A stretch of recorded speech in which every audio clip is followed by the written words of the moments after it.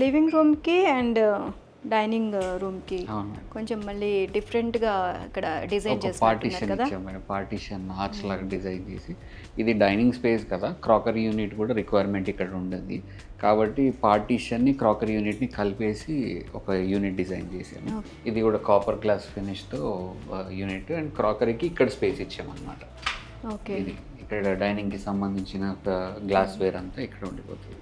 Okay, ఈ glass కూడా copper చాలా బాగుందండి. అండ్ ఇటువైపు మనం చూస్తే అటువైపు ఏమి మనకు కనిపించట్లేదు, మన ఫేస్ మాత్రమే మిర్రర్ రిఫ్లెక్ట్ మేడం, అవుతుంది. Copper mirror. సో ఇటువైపు మళ్ళీ ఇంకా ఏం మీరు అక్కడ నుంచి చూస్తున్నారు కదా, everything is like copper finish, rose gold finish.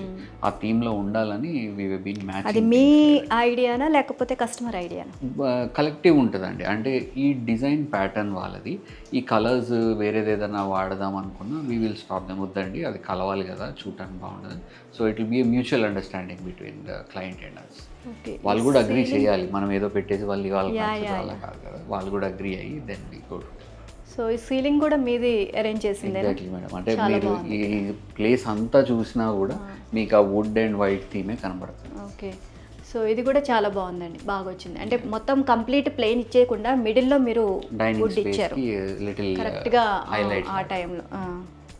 Dining section కదా, ఒక వాష్ బేసిన్ అండ్ వ్యానిటీ ఖచ్చితంగా ఉండాలి.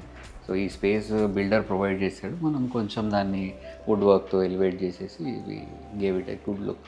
ఓకే, సైడ్స్కి మనకి ఇది storage ర్యాక్ ఒకటి again. ఇచ్చారు అండ్ పైన వుడెన్ అది ఇచ్చారు సీలింగ్. సీలింగ్.